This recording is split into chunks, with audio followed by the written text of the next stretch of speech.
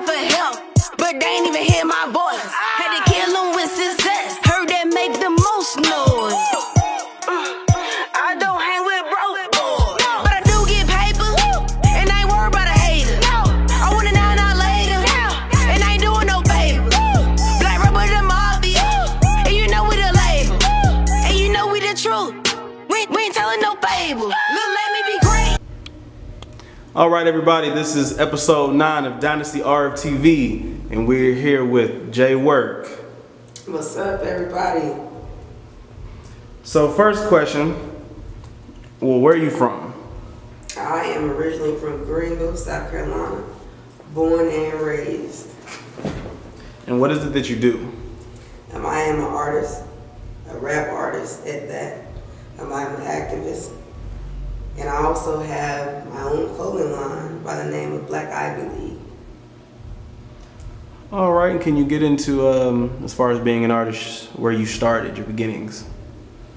I've probably been doing music for a long time now. I can remember hearing songs and kind of trying to dance and sing with them. And my mama would always laugh, like, you're not on beat.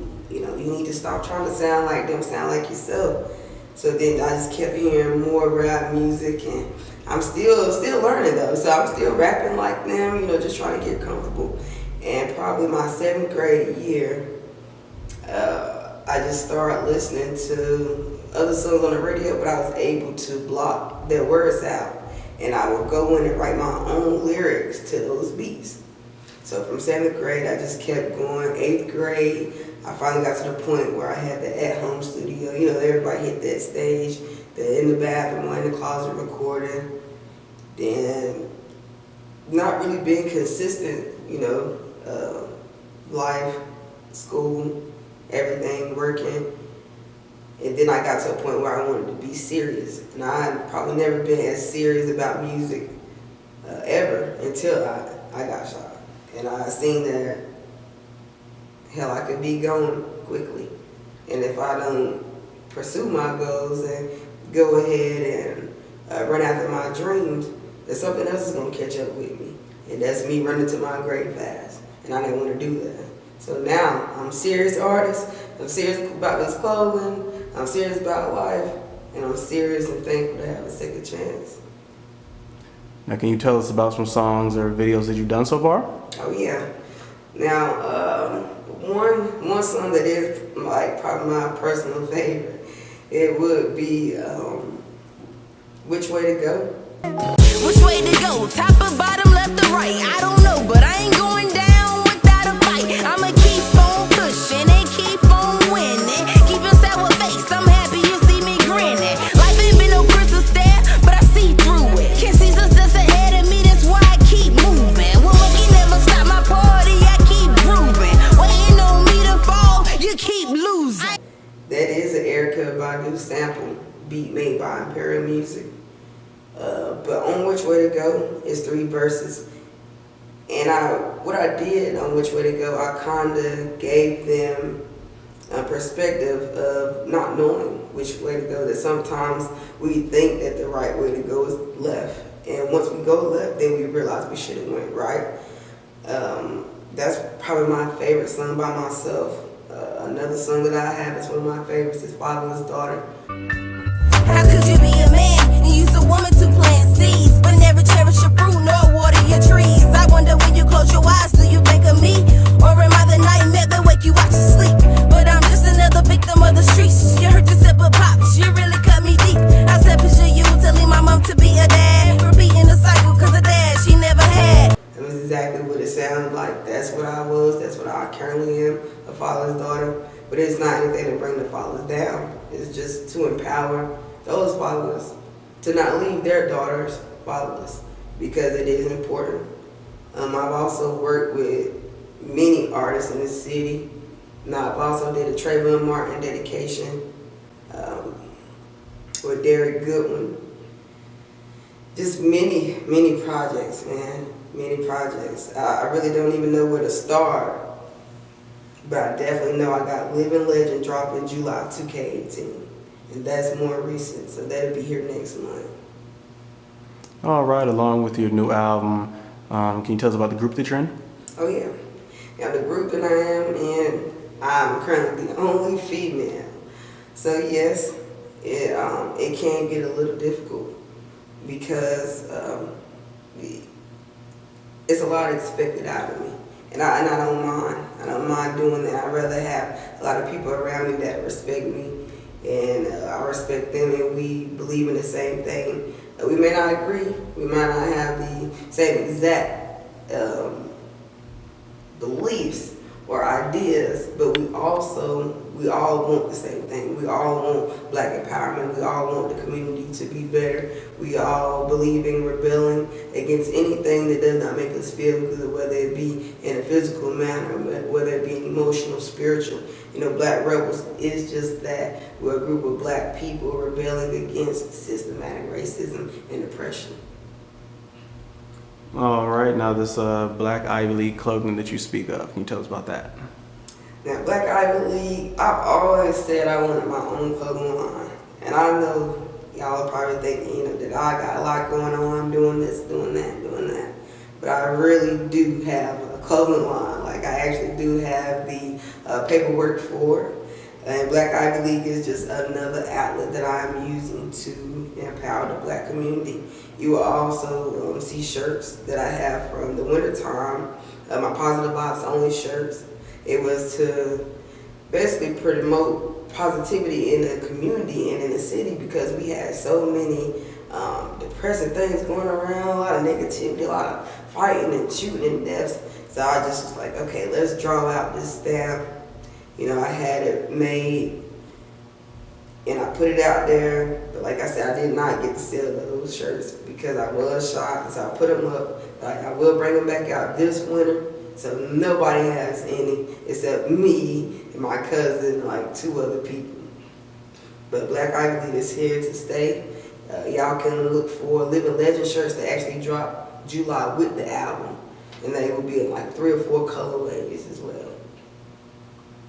All right. Now can you talk about the night that changed your life? Oh yeah, I'll speak briefly on it. I'm currently working on a short film documentary for it. And so that should be finished, I want to say in the middle of July. So everything is going to hit back to back. So I'll touch briefly on it. But in December 14, 2016, my house was broken into. I was not asleep yet. It was probably about 3, 4 in the morning. Somebody broke in there. And basically what it ended with is him having a gun and me not seeing his face, him seeing me, him knowing I'm a female, and he shot 5 times. And before I could actually get out the way, I was struck, but I didn't know that I was shot. So from running from the kitchen to my bedroom, I was able to get back to the bedroom. And that's where I asked my love to call 911. And that's when she was able to tell me, that I was shot.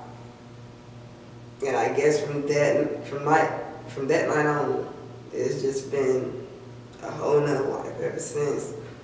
And one thing I do want to say about that is that no, I may not have caused the guy to shoot. I may now have deserved this, but I can say that by not paying attention and not working towards my goals and my dreams as I should be and remaining focused on that and losing sight of that caused this to happen. Because when you lose sight of where you're supposed to be going, you're leaving room for things that you're not supposed to be attracted to attract to you and harm you. Then you're attacked. So that's why I said from that night on, it did change me. It did take something from me. It took my sight. I'll never be able to see again. Many people don't know it, but I actually do have prosthetics. So I don't have my eyeballs. These are not the ones I was born with. These are the ones that they gave me. But I'm not ashamed by far. I just wear the glasses because they're Burberry and I like to look good. But I'm definitely not too ashamed to not wear the glasses. Everybody make sure they be around me to make me feel comfortable enough. And I also know I built up enough confidence and self-esteem to still be a role model for even others who went through the situation. I may not know anybody at this point in time, but I still want to empower them as well.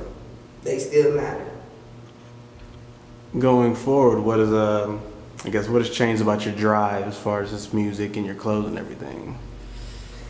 Man, the biggest change is really the actual doing it. Now, a lot of what my past has been consisted of is actually talking. Talking about it, saying, one day we're going to do this, one day we're going to do that. But actually getting to a point where you are executing those goals, where you are actually being proactive and doing the actions to get the desired results. So that is the difference. That before I felt like I had time. That, I'll do it next time, I'll do it next year, or I'm going to do this, I'm going to do that. This time, I have never put in more work for my music than I have from 8 or 9 years rapping to this 1 year long. This 1 year long, I have showed out. I really have. I'm not proud of myself because I'm not finished. In the clothing line, I got so much lined up for that. But at this point in time, I need to focus on dropping my tape first. Then, that's what I said, right after the tape comes, then the clothing line will come out with a new design for the shirts for the summertime. So that's definitely going to be hot. But I just know it is going to say Living Legend because it's going to promote the tape. But how I'm going to have it spelled, it's going to be some empowering stuff. That's all I can say. So I'm definitely more driven than I was before. Before, just procrastination.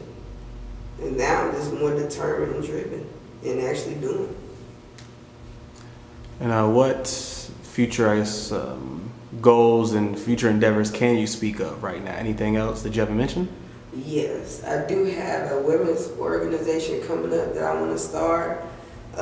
It's already in the works. I just haven't really released it to the public right now because it's going to require a lot of my attention, and that's why I want to actually have a group of women coming together to empower one another, to talk out their issues, because sometimes it does seem like I'll just say that some black women can't get along because of their attitudes or their insecurities, or maybe feeling like they're in competition. So what my women's organization is going to do is bring about that unity to say, hey, look, this is your sister regardless. She is a reflection of you, you're a reflection of me, I'm a reflection of her. So we're all reflecting one another, but it's just to bring about unity because I do not see that. So CROWN actually stands for Crown Royal Optimistic Women Navigating. So when that comes out, it's going to be so many sisters involved, you'll just be able to notice a difference around the city because these sisters will be crowned. They're already royal. They already have it in them. I've already actually took up a list last year of who's going to all be in it. So it's about 50 to 60 sisters. So I know I'll need time for that. So I'm going to actually wait till about October, November to open the door all the way for that, and y'all can meet me. And what ways can the people reach you? They can reach me everywhere. Facebook, you can find me on my full name, Jermisha Workman, or you can go to our Black Rebels page. Then that way you can find all of the artists there.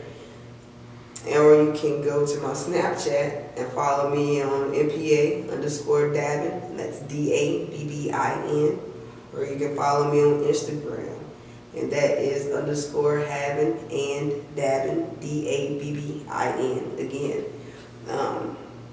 And that's pretty much it. I have a Twitter, but I'm not currently active on it, so I don't want to give that out until I get it popping. And what is one message that you would like to leave the people? The best message, the only message that I could ever give was the same message that my mother gave me, and that is to stay focused. And if you're not focused, get focused, remain focused, stay focused, or you will have a reality check. that will change your life drastically, that will force you to do what you already know you put here to do. So before it hurts to do it now while you still can, while you're still smiling, while you're still healthy, while you're still walking, while you're still seeing, while you're still breathing. Do it now, because you may not have a second chance.